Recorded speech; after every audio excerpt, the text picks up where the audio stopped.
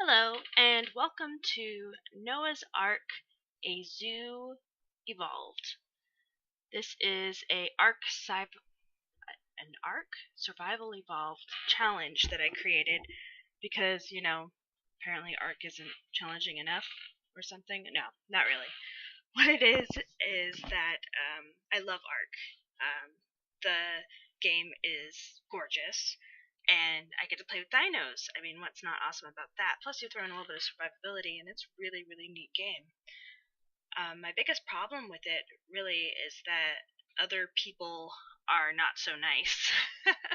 So I have a harder time playing when I know other people can come and kill me, or I have to kill other people. I'd rather just play nice. So then you'd say, well, then why don't you just pick a PvE server? Well, that's boring too. I can't play on the official servers anymore. So I just don't, it's also slow paced. So there's a couple of problems that I have with Ark, and I feel like I've created a challenge to kind of help me get over all of those and really enjoy playing the game. And so this is what I've done. So this is me playing in the background. It was almost immediately after I'd logged in. And so you'll see that I'm not playing on the normal Ark map, the island. I am actually playing on the center. I haven't played on it much, so I thought it'd be kind of a fun thing to do. But what I did was bought my own server. The reason I bought a server is so that I can have my friends come and play with me when they want to. But also so that I can control all of the parameters. So there's a couple of things that I did to make the game more fun for me. One of the things was speed it up a little bit. So dino breeding, specifically dino breeding, is way up higher. That's like 10 times more, 10 times faster in all stages. But also gathering is 3 times more, experience is 3 times more, and taming is 5 times more. And that's just so that, oh, here's me dying. It'll be fun. Yes, watch me die. Sorry, I'm actually recording over the game I've already played, so it's kind of funny to watch.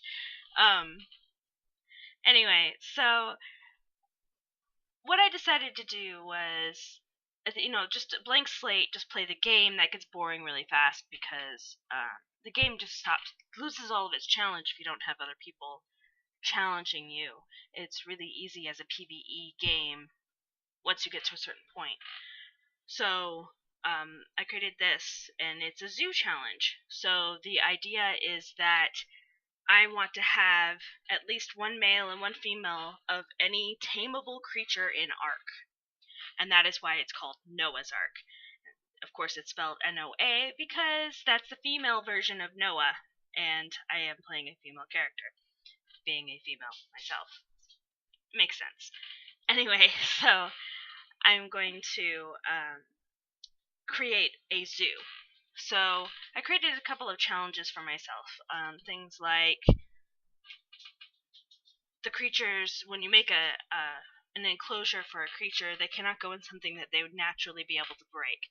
So when I get to a Gigantosaurus, I can't just put them in a stone enclosure and expect them to be okay. I have to actually make it out of metal because it's the only thing they can't break.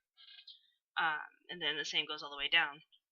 And then also for the enclosures, one of the sides you have to be able to see through it. So I'm not going to be able to start my zoo immediately because the thatch doesn't have any way for you to be able to see through the wall.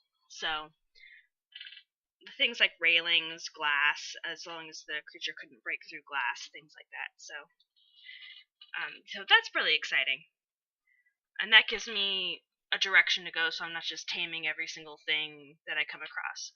Also helpful is that I'm only going to actually tame one male and one female of each dinosaur, and if I want more of them, I will breed them together, and that's going to create a really interesting aspect of it and get me to do the breeding aspect of it, because zoos tend to want to do breeding. If I want to tame another male or female, once they're tamed, I have to actually release the other one. I have to release one of them, so I only have one of the ones that are wild caught, but I can keep as many of the bred ones as I want to, which will be a lot of fun with the new breeding mechanics. with imprinting and things like that. I'm really excited about that. I have played Ark a lot. I just haven't played it in about 6 months or so, and that's really because of the reasons I described before. So, there's some things like the dinosaurs have to remain on wander when they're inside their enclosures. Predators have to be on aggressive while they're wandering. So if something ends up being in there, they're going to attack it. It just adds, again, another layer of difficulty. Also, if they happen to glitch through the walls, that'll be entertaining. And go running around and kill everything they can or die themselves. So it adds another layer of difficulty so that I don't get bored playing it. The enclosures have to be big enough that they actually can wander around. And the more creatures you have, of course, the bigger enclosure you have. The other thing I was doing is making sure that so that I don't just build one enclosure and put them all in there, is that most dinosaurs have to have their own enclosures, especially if they're a predator or prey. They cannot share an enclosure. But different prey animals I can put in the same enclosure as long as they're actually from the same time period. So, for example, the parasaurs and the trikes, which I know trikes are actually a mix of two different kinds of dinosaur, but they actually were around at the same time period. It was late Cretaceous, I believe. And so I can put them in the same enclosure, and so the idea is it's also educational. Also, to keep up with the education and the zoo aspect of it, I am not going to harvest any resources from inside the enclosures. So, once the trees grow inside the enclosures, I'm not going to chop it down again, unless a dinosaur is stuck, because that's no fun to just watch a dinosaur try to squeeze through a couple of trees and not fit. So, those are some of the rules. And then also, I'm going to use the dinosaurs the same way that you would normally do it. So I'm still going to use the stegos and the brontos to collect berries, just not inside their enclosure. I'm still going to use the carnivores to go out and hunt and things like that. It's just, these are just some rules on what I tame and why. And then also the fact that there's the breeding aspect to it. I think that's really neat. I don't know exactly what I'm going to do about the underwater stuff. And the amphibians that don't breed yet. I may very well still just go out and tame others. I don't know if there should be if I need any hard and fast rules for that. I just know I want a male and a female of each, and then I guess I don't really need like a big herd of frogs or anything. It's just kind of a cool idea. It just, I want, like, with the trikes, they travel in herds, so I want to have more than two.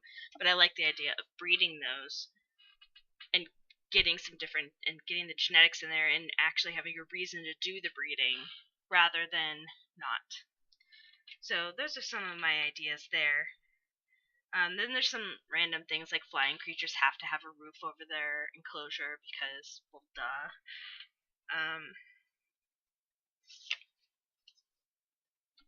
Yeah, you don't want them flying out. The walls have to be higher than the body of the creature. So at first I was thinking that we'd make the walls higher than the head of the creature, completely forgetting about Brontosaurus.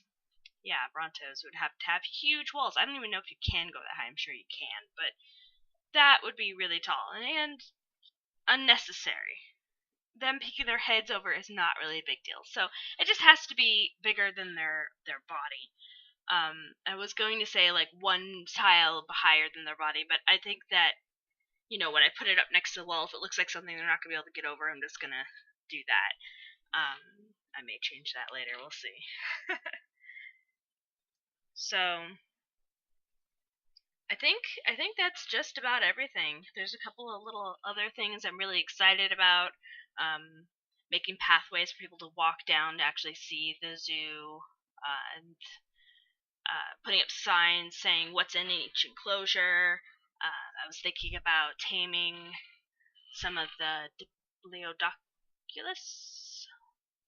Please excuse my pronunciation. So the big long neck guys who can have a 12-seater on their back. Because then I could do like tours through the zoo, and that would be a lot of fun. I'm actually going to have 3 locations. I'm starting on one of the 2 tropical islands because it'd be really easy to start there. Also has a lot of the starter dinos that make it easy for me to actually tame and get into enclosures quickly. And then, so that'll be my starting area. Then I'm going to build bridges to the other islands, and then on either side of the bridges is where I'll keep the aquatic creatures, so that you can see them in their enclosures as well. So the megalodons, the plesiosaurs, the ichthyes, all those. And like I said, the challenge is to get a male and a female of every dinosaur, even the ones, as they release them and everything. So, and I'm starting from level 1. I'm actually going through it naturally because part of the fun of the game for me is actually playing the game. So I'm playing the game, but these are just kind of the ideas around it. And I wanted to share that with people. I want to share this idea, and I wanted to share my experiences. I'm not great at the game, but it's still fun, and it's a beautiful game. And I really hope that other people enjoy watching this and enjoy seeing my struggles, because I do struggle a bit sometimes. And then maybe eventually I'll open it up so that other people can join me. Like I said, I have a couple of friends who like to play Ark, so they'll probably jump in every once in a while and play. I do have a roleplay idea to go along with it. My character is a biologist who specifically went out of her way to get to the Ark to study the dinosaurs. So she went there on purpose. Something happened along the way, however you get here, and she ended up washed up on the shore, naked, and so she doesn't have anything and has to start from scratch. But in this world with dinosaurs, which, you have to enjoy. I do love this game. It is so pretty and so much fun. What you get to tame and ride dinosaurs around. What could be wrong about it? So I do have a couple of other things on. I think you saw it earlier. I have the crosshairs on. I have on the map, you can see the "you are here" kind of marker. And those are just some quality of life things that I decided was a good idea to include for myself and then for the people who join me in the game. It just makes it a little bit easier and not easier in a way that destroys the game for me. I also turned off structure decay. I'll have to go in and make sure that that's actually working, because I'm not going to be on every day. I'm not going to be on all the time. I'm also not planning on recording everything that I do, because, like I said before, this game is very slow paced, mixed in with this super action.